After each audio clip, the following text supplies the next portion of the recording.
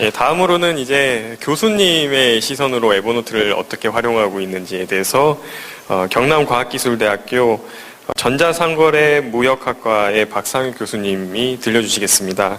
이분은 연구라든지 프로젝트에 있어서 다 에버노트에다 기록하고 하시는다고 하는데요. 결과적으로는 에버노트로 인해서 슈퍼맨이 되셨다 합니다. 어떻게 슈퍼맨이 되셨는지 한번 큰 박수로 환영해 주십시오.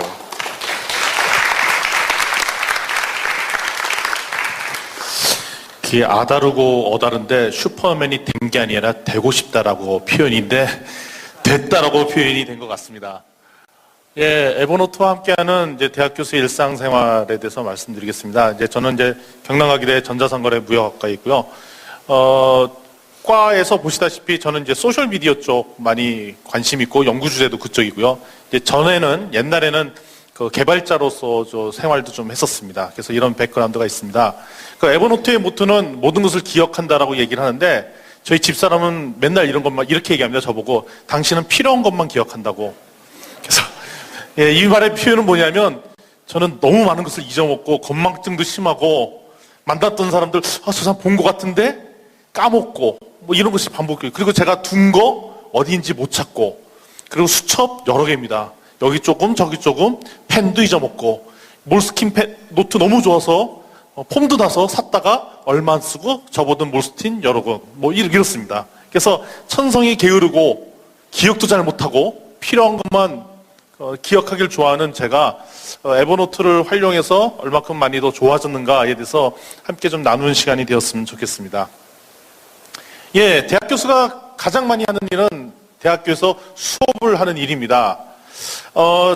옛날에는 보통 대학 교수님들이 뭐 10년 전 노트를 가지고 계속 반복해서 수업을 한다라고 얘기를 하시는 분들이 계신데 최근에는 그렇지 않습니다. 제가 가르치는 소셜미디어 영역들은 1, 2년 전만 얘기를 가르쳐도 아주 옛날 얘기가 되기 때문에 작년에 했던 내용, 재작년에 했던 내용은 거의 절반 이상의 수업 시간에 버려지게 되는 경우가 대부분입니다.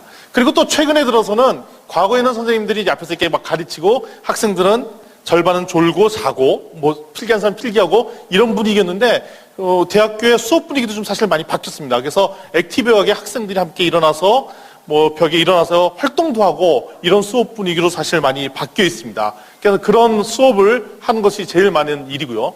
또 두 번째로 많은 일 중에 하나는 연구를 해야 됩니다. 연구를 하고 연구한 결과들을 또한 학술대회나 이런 데서 발표하는 자리를 제일 많이 갖습니다. 마찬가지로 연구할 때도 가장 많이 나오는 것이 관련된 자료를 모으고 수집하고 그다음에 보통 최근에 들어서는 연구를 혼자 하는 것이 아니라 여러 팀과 파트너들과 공유하면서 얘기를 합니다. 그렇기 때문에 그들과의 여러 가지 기록들을 남기는 것이 중요한 연구의 핵심이라고 볼 수가 있겠습니다. 그리고 또 세 번째로 가장 많이 하는 것은 산업협력 활동을 많이 해야 됩니다.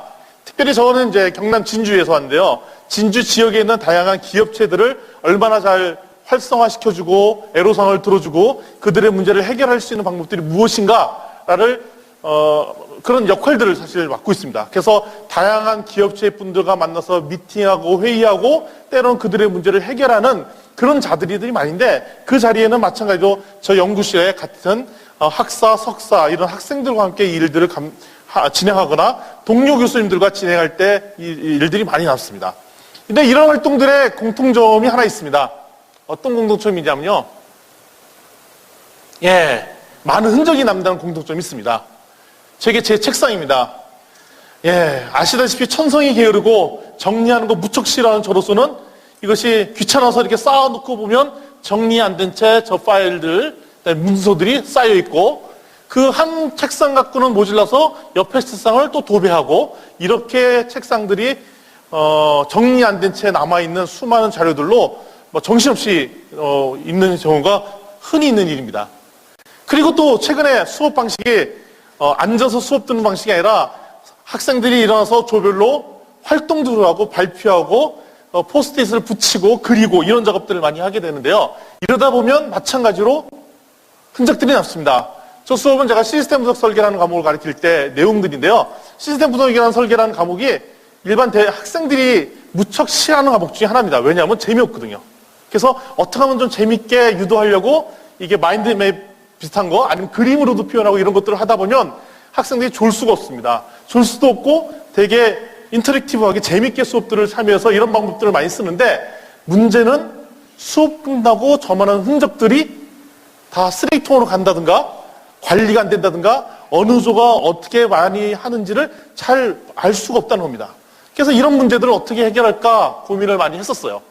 그래서 수첩에도 적어봤지만 아까도 말씀드렸지 저는 수첩 관리 잘 못하고 학교에서 받은 올해 업무 일지 수첩은 하나도 안 썼고 제가 전에 외국 갔을 때 샀던 그 수첩은 지금 보니까 절반도 안 써 있고 그리고 또 새 노트 사고 뭐 이런 생활들. 근데 저는 그래서 다른 분 뭐 독서 노트를 달성했다 어떤 분 책들 그러니까 정리를 잘한다 그런 책들을 봤는데 그거는 습관이 안 바뀌면 안 되는 거더라고요. 근데 저는 죽었다 깨어나도 정리를 잘하고 메모를 잘하고 이런 것들은 못할 것 같더라고요. 근데 그 습관을 바꾸는 것은 차라리 뭐 하늘이 바뀌는 게 더 빠를 정도로 저한테는 어려운 일이더라고요. 그러면 이 습관을 남들이 권고하듯이 바꿀 것이냐? 아니 바꾸지 말자. 아니 내가 굳이 수첩 정리 잘 못하던 걸 뒤늦게 나면 수첩 정리 잘한다고 어떤 부귀영화를 누리려고 무슨 수첩 정리를 잘할 것이냐? 아예 못할 거 못한다고 포기하자라고 선언을 해버리고요. 예, 논문 쓰려면 저렇게 참고 문서들이나 이런 것들 막 복사해서 넣습니다. 저 자료가 지금 10년째 쌓여 있습니다.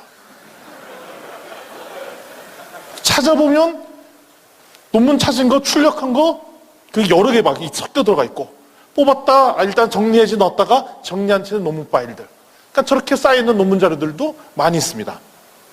그리고 만날 때마다 이제 명함을 이렇게 만나잖아요. 만나서 보는데 집에 제가 이제 연구소에서 논문 간혹 가다 이제 명함을 보면 한 분한테 논문 명함 받는 게 한 몇 개가 있는 경우가 있어요. 분명히 명함을 받았는데 다음번에 왔을 때 이분이 본 것 같기도 하고 아닌 것 같아서 또 받고 그리고 정리한 데 갖고 또 쌓여 있고 저렇게 쌓여 있는 저 명함들.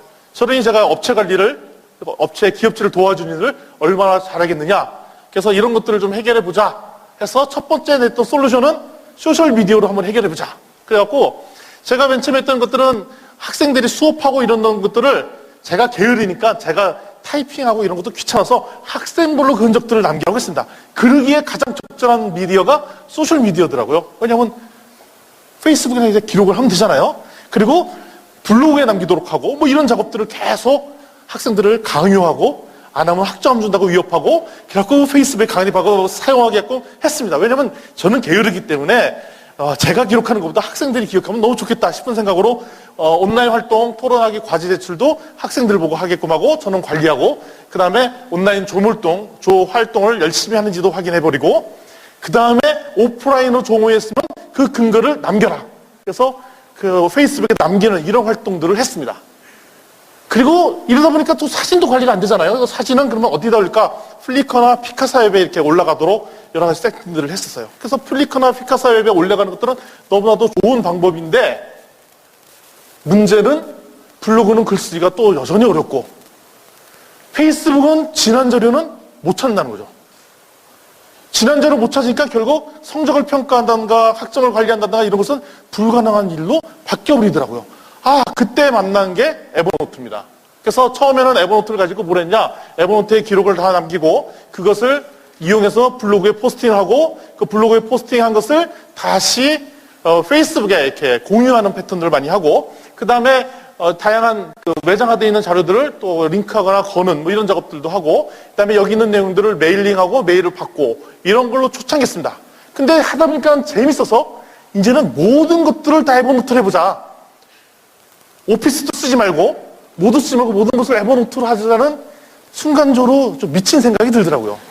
그래서 그렇게 해봤어요. 그래서 뭐 모든 자료들은 뭐 새 노트에 들어가서 그거를 나중에 분배하고 뭐 이런 작업들을 막 했습니다. 그래서 드디어 저도 질렀습니다. 그래서 저희 무엇인지 아시죠?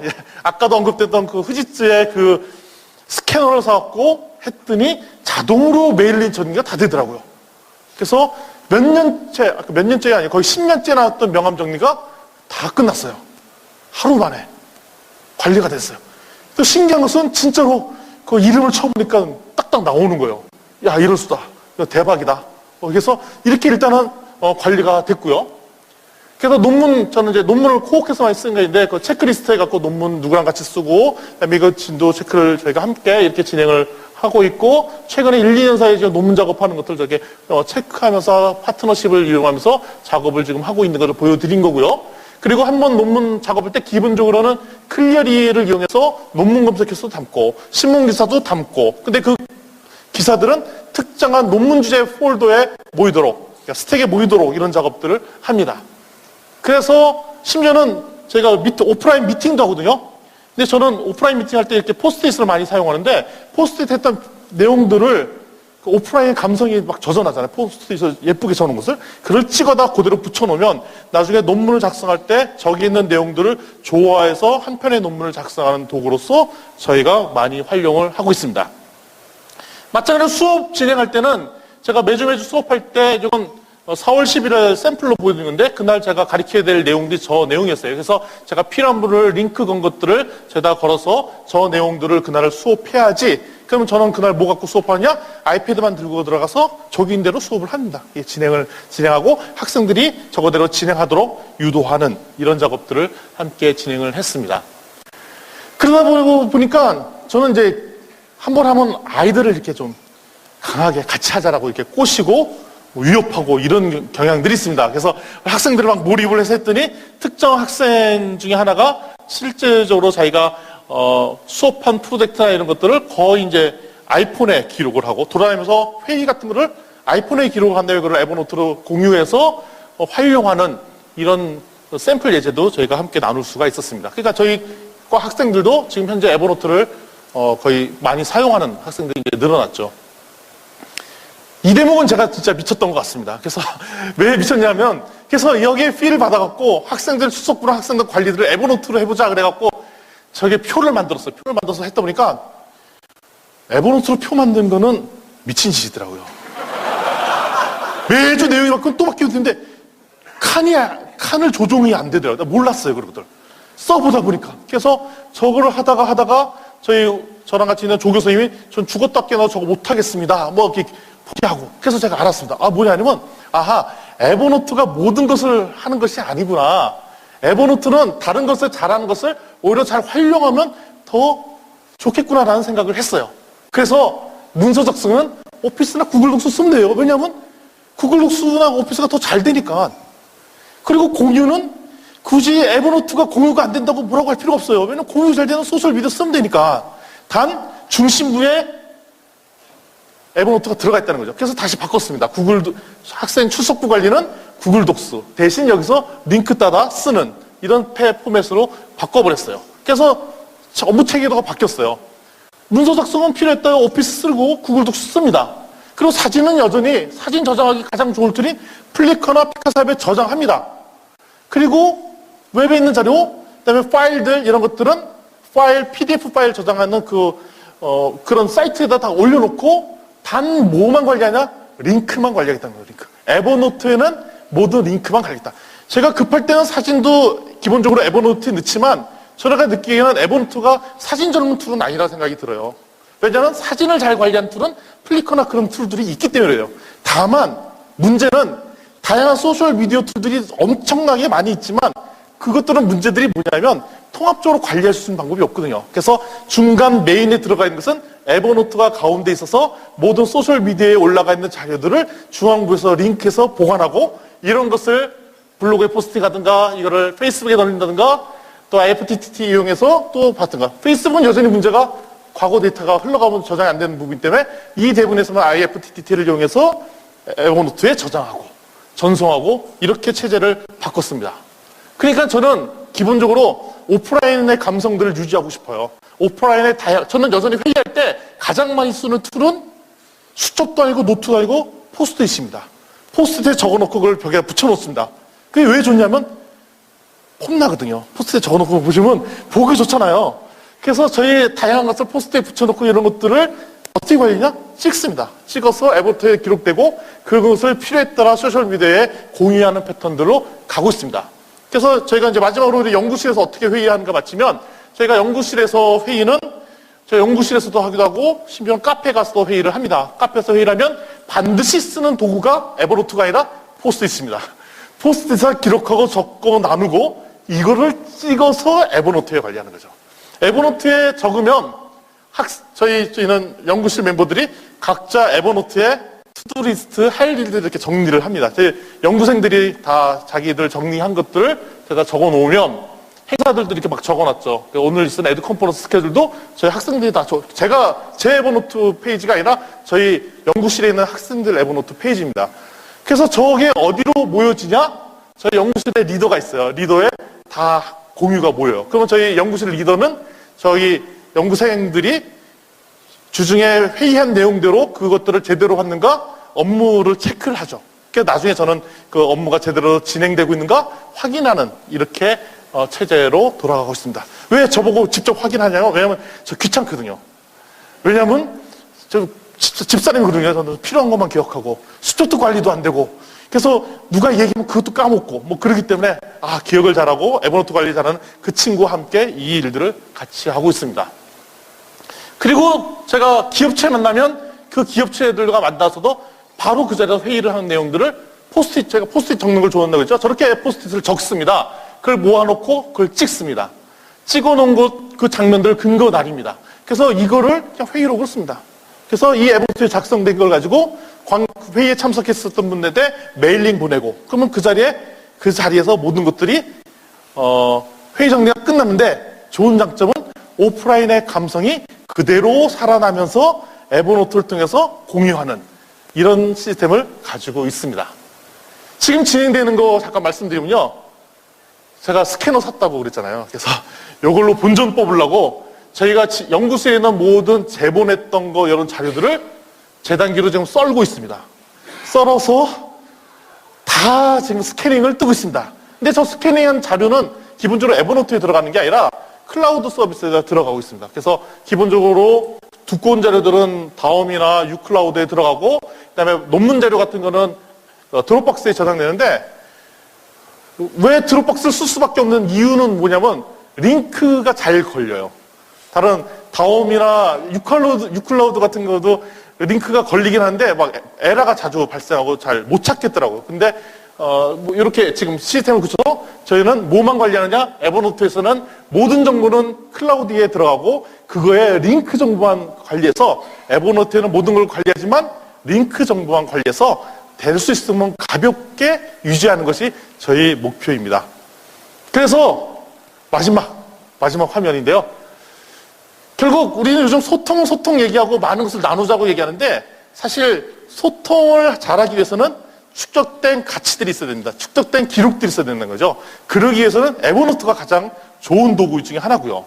그리고 이것을 공유할 때 가치가 더 좋은데 주변에 가까운 사람들, 팀 동료들 이런 사람들이 이 에버노트와 같은 툴을 이용해서 공유해서 사용할 때 그 가치는 더 많이 발현되는 것 같습니다. 자, 에버노트 일상생활 말씀드린 경남과학의대 박상희 하겠습니다. 감사합니다.